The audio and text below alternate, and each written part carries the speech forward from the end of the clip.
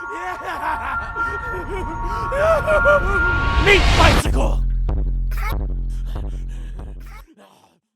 Hello everybody, welcome back to episode 2 of our Aurelia the Baroness playthrough. So obviously in the first episode, if you watched it, we got all the way over to Serenity's Waste, to Janie Springs. She has actually gone, obviously to the Ozkit thing, so, oh no, she's there. Okay, I didn't know she went there. So we've obviously got to go and get ourselves an Ozkit now, and then make our way to Reglyph Range to deadlift. But first, we're going to test out our shard on some Kragans, which we got. Missed him completely. Let's get over there first, and then we can fight Kragans. So they'll all follow us anyway.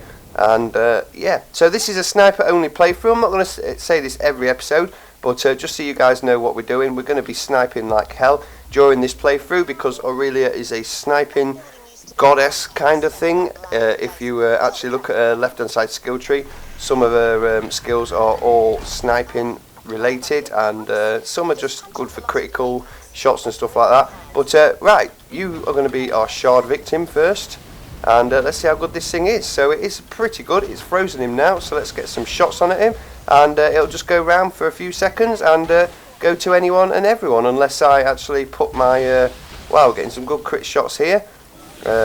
Wow, this shard is pretty good, and unfortunately it's over, so we're going to go ahead now and done. Wow, that is good. So let's give it a bitch slap. Let's give that a bitch slap, and that a bitch slap, and that a bitch slap.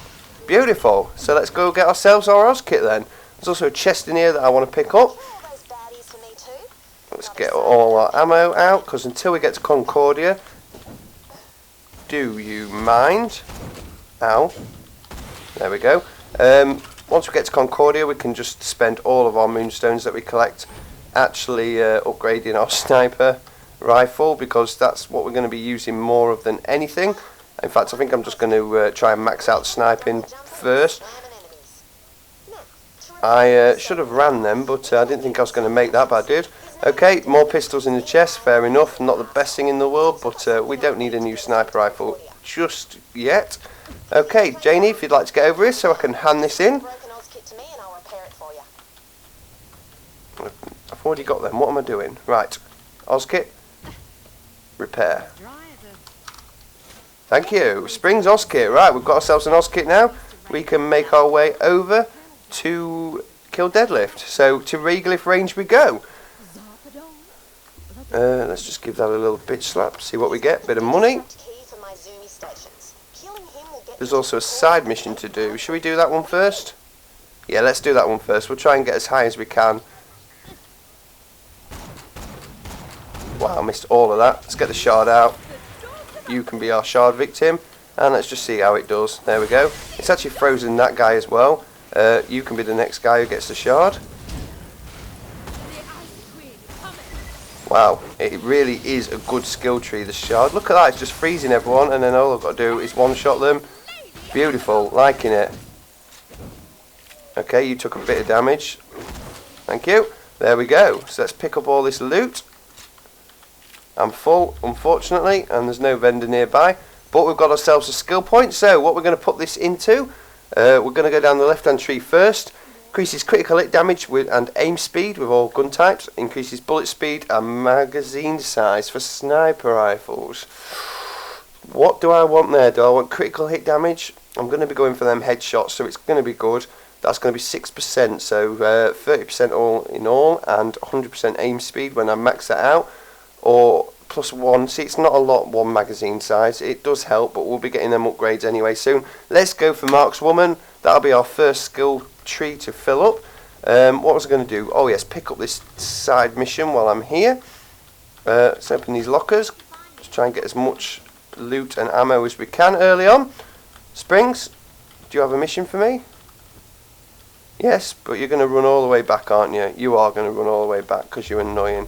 Right, fair enough. Well, we can go and sell some stuff. In fact, we can go and take this guy on. Wow, I'm so bad at hitting Kragans with crits.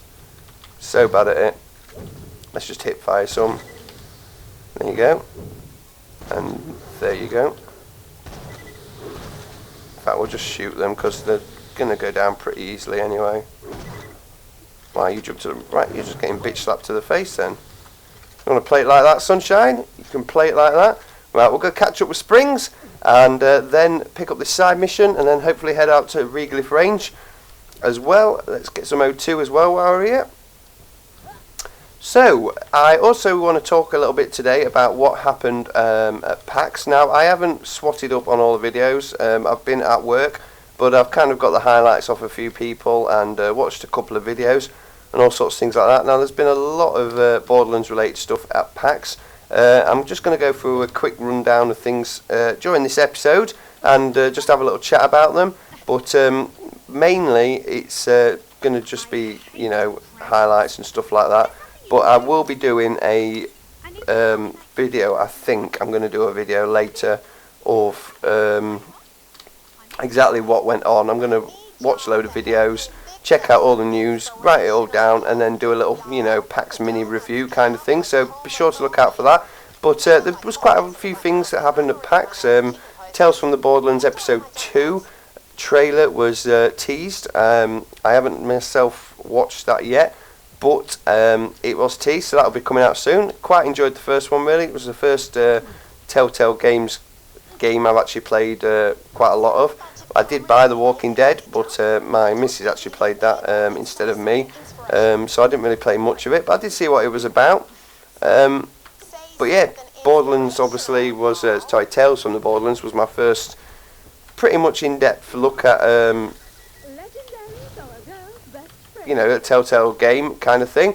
Sorry about that, I was just concentrating because I can't do sort of stuff apart from shoot and talk at the same time, so I might break this up a little bit. But yeah, quite a few things, like I said. They did actually say that Borderlands, the pre-sequel, Respawnable Bosses, is coming, maybe. The kind of tease that was they've been looked into for the Respawnable Bosses, but then went on and said that it was so hard to do because of coding issues and things like that, which I kind of struggle to believe in a way. I'm not a games programmer. I've got no object, you know. Hang on, what do I have to do here? Gravity slam. Okay, I've got no idea about how to make a game and things like that. I don't know what it entails. I know how to play them quite well, but I don't know how to do, you know, program and things like that. But the way I see it, and obviously there's game programmers out there and, you know, or someone that knows stuff about games and how to do it, they'll probably sit here and say, you don't know what you're on about, shut up. But the way I see it is if they can turn Iwajira over there into Odurima, as he was, for a few days, change his loot pool, change what he drops, change who he is. I know it's pretty much a reskin, but if they can do that, and what else? Deadlift, he was changed to Undeadlift. I know it was only a name change, and stuff like that, but he dropped weapons, you know what I mean, things like that. If they can change bosses like that, surely they can make bosses respawn. I don't know what the coding issues are, why it makes it so hard and things like that, but surely if they can do that, they can make a blooming boss respawn pretty easily. So I'm struggling to believe that. I think they're just messed up a little bit, and they're just going to, you know, one day when they feel like it, actually fix it.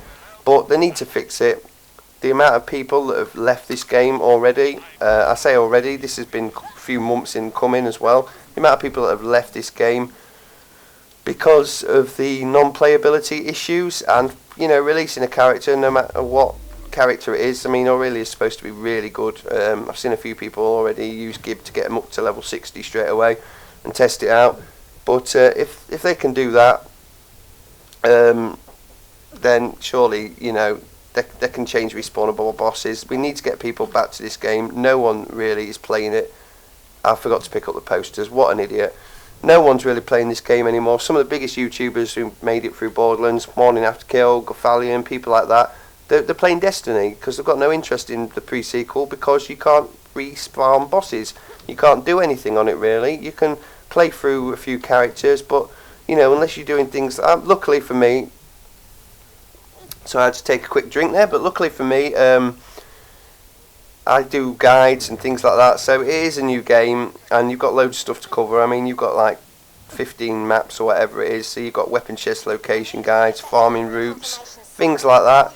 Also, I'm doing a few playthroughs, you know, like I am now, things like that. But if if you're not one of them kind of people, if you playthrough kind of people, or boss farming kind of people, which I myself was, in Borderlands 2, I did a lot of boss farming videos and stuff. Then you've just got nothing to do in this game, and they're hoping, I think some people are hoping, that when this DLC comes out, if it's as big as it should be and as big as it looks in the game files, then that'll bring people back. It will, maybe, but maybe the damage has already been done.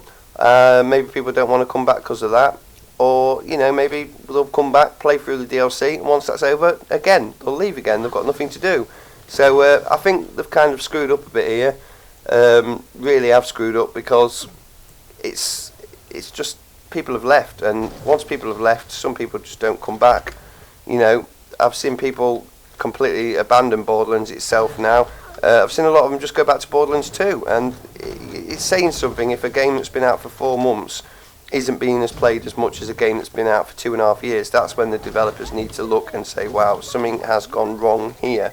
The game itself isn't bad. I like this game. I do like it. That's why I'm still playing it.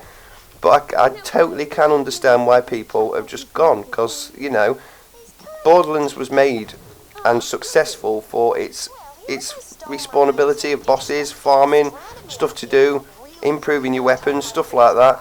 And it is a bit easier on PC, because respawnable bosses, the unfarmable bosses, sorry, you can just back up your save game file and do it like that.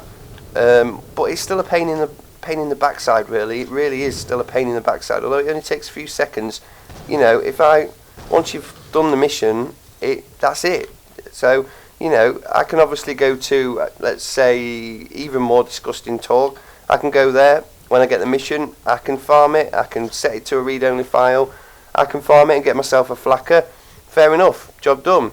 But later on in the playthrough, if I say, actually, my flacker's getting a bit, a bit underpowered, I want another one, a bit higher level, I want, to go and farm, I can't. That mission's done, it's signed in, I can go back into Gibbs, yeah, maybe, and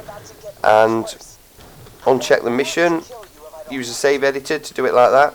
But why should I? Do you know what I mean? I should be able to go back to even more disgusting talk whenever I want and farm him for a flacker. He's got a legendary job. This game is mainly farming legendaries. That's what people want. People like to just go and sit there for hours and hours and farm legendaries. That's why people play this game. But you can't do it. So that's why people have left. And it's, to me, again, I'm not a game programmer, but if I was a developer and people were leaving my game just because of that, I would work day and night myself to get that issue fixed, and they just haven't. They haven't got that issue fixed, and it's not the biggest issue in the world. It really cannot be. I'm sorry, but coding issues, these guys are building games. They know their games. They made these games themselves. I can't see a coding issue stopping them from making respawnable bosses. Even we're not expecting, as a community, we're not expecting them to just say in the next week or so, right, every single unfarmable boss in the game is now farmable. Start off small, just say, okay, right, Drongo Bones in Outlands Canyon, we'll start with him. We'll work day and night. As soon as he's out, we'll put oh, that was a nice long range snipe. We'll put a hotfix out, get him going. So then, little announcement, guys, Drongo Bones is now farmable. More coming soon. Be patient. Fair enough. People will be excited by that. They'll be thinking, oh, who's next? Who we going to get refarmable? Oh, let's go out and get ourselves a Fatali then. Let's go out and farm the Fatali a few times. A couple of weeks later, right, even more disgusting talk is now farmable. Brilliant. We've got 2 more respawnable bosses. That's 7 in all now. It really cannot be that hard. And I'm sorry, but I think the developers are just being lazy on this one. I'm not blaming anyone for it, but although this is 2K Australia's game, it's Gearbox's, it's Gearbox's baby basically. It's what made Gearbox pretty famous, Borderlands. Sorry, I know they've got a load of other games out and things like that, but their success is Borderlands at the minute. That is their pretty much pilot success game, and made them where they are now. So surely Gearbox should be helping them with this one, saying, right, okay, let's do it, but they're not. So that kind of leads me into my next topic of conversation, which is Borderlands 3. That was teased as well at PAX, but not in a good way. Randy Pitchford actually said that they want to make a Borderlands 3. They really do want to make a Borderlands 3, and he'll be totally honest right now and say that they haven't even started it, but they want to, get, this is the size of the team now, and then they want to triple it or quadruple it or whatever. What are my thoughts on that? I think he's lying. I do think he's lying. Not lying's a bad word actually. We won't say lying. We'll say being Randy Pitchford. This guy is famous for teasing and throwing people off and saying this isn't coming yet, but you never know in the future. And then a few months down the line, he was lying. Again, sorry, teasing. That's the word we're going to keep using on this one. Randy Pitchford has never given a straight answer in his life, I don't think. He's pretty well known for it in the community, and that's a good thing in a way. It keeps people thinking, keeps them guessing, keeps them on the toes. But he said that Borderlands 3 wasn't even being made yet. Again, struggle to believe it. I hope I'm right on this one. I've been right before. Kind of right with the pre-sequel on that. When he said that nothing, there wasn't going to be another Borderlands game for a while, blah, blah, blah. And although it wasn't Gearbox, suddenly, a couple of weeks later, it was announced that they'd let 2K make the pre-sequel. So he did kind of throw people off on that one. Hang on 1 second. Drinking loads at the minute. It's really early in the morning, and I work in a dry factory. And for a day or so after I finish my shifts, my throat just goes dry as hell. So you're going to have to bear with me on that one. Wow, that was a lovely crit on that badass. See if we can get another one. I don't even think I'm shooting him. There we go. Level up. Right, let's go and equip our skill point quickly. Let's go for that one again. We'll get that to level 5 and carry on. So yeah, Randy Pitchford is classic for throwing people off and just, being Randy Pitchford. So he says that there isn't a Borderlands 3 making yet. I do struggle to believe that. It's been 2.5 years now since Borderlands 2 came out. They have had other projects, I agree. They've had other games come out, I also agree. But 2.5 years since Borderlands came out. They've had DLCs to work on, things like that. But they haven't had another game to make. People may think they've had another game to make. They've had this game to make. So obviously this has only just come out. They're not even going to be thinking about it yet. This isn't Gearbox's game. This is 2K Australia's game. 2K Australia have been working on it. They may have sent a few guys from Gearbox to help out with it and things like that. But they didn't make this game. They wouldn't have been spending time on it. This, to me, my honest opinion, is this was a gap filler. To keep people happy, to keep people playing Borderlands while Borderlands 3 came out. And I honestly think it'll be out. I do think it will be out soon. I don't think it will be years to come. From Borderlands 1 to Borderlands 2 was 3 years, which was nice. Gearbox have always said that they would rather, and have people annoyed and waiting around for a game than to rush it and release it.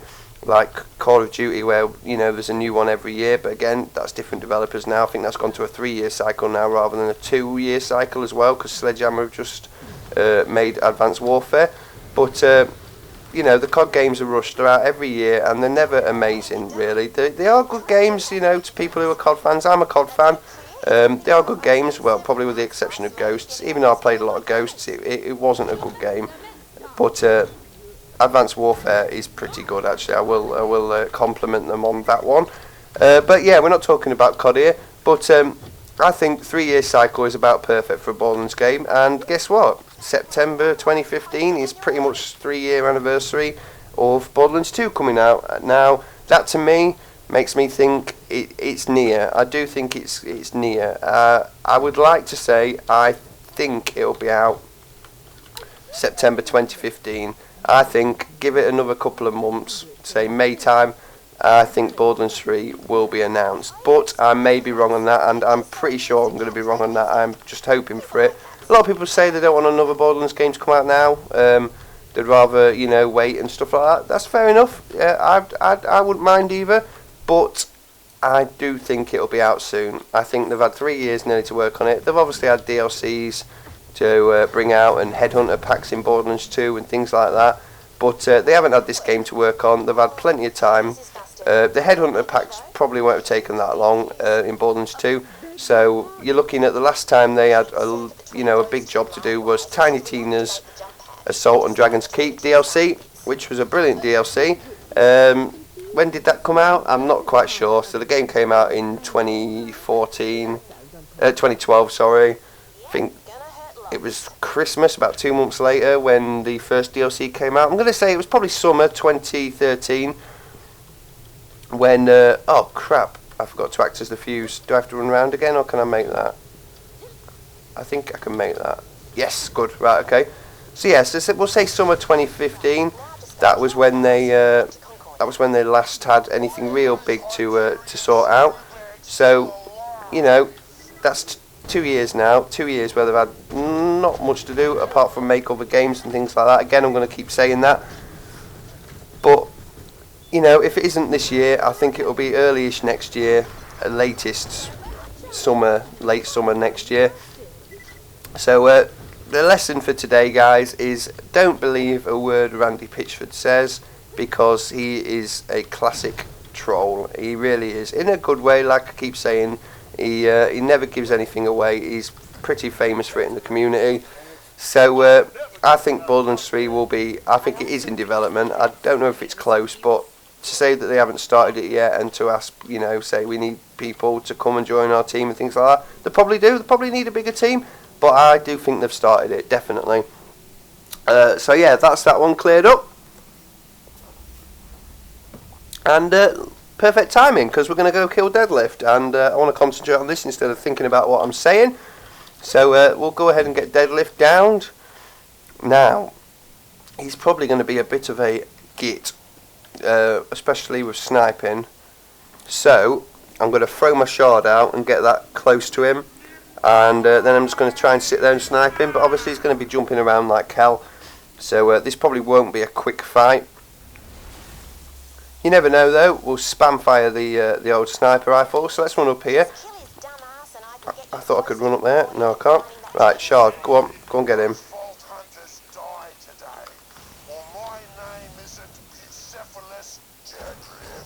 Wow, I've got a nice crit on him there.